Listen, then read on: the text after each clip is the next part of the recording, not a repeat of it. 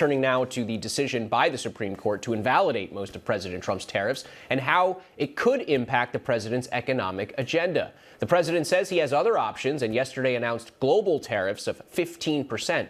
Joining me now for more is Justin Wolfers, professor of economics and public policy at the University of Michigan. Justin, what do you make of the decision by the Supreme Court to invalidate most of President Trump's tariffs, and how could it shake up the president's economic agenda?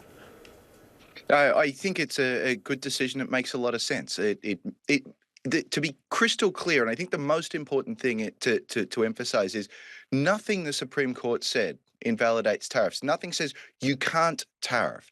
Nothing prevents the United States from tariffs. All it requires is the president has to convince Congress first. So to the extent that he's got a good idea, I'm sure he can convince the Republican-controlled Congress. To the extent that tariffs are a bad idea, then maybe that Congress, and it looks likely, is going to say no. And so it fundamentally changes the role of tariffs because Congress is involved. The unpopular policies won't be allowed to continue unchecked. The president's initial response, I'm going to impose 10%, and he changed his mind just a few hours later, 15% tariffs.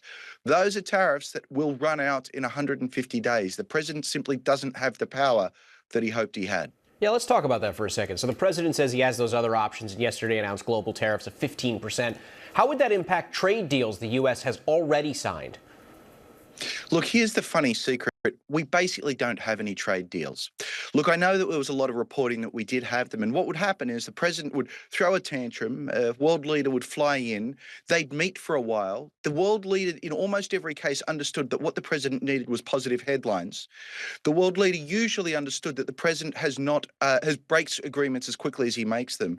So they made enough concessions that the president would walk out and have a press conference where he'd declare enormous success.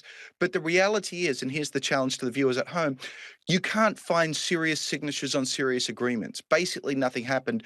This was all a reality TV show. All right, Justin Wolfers, thank you.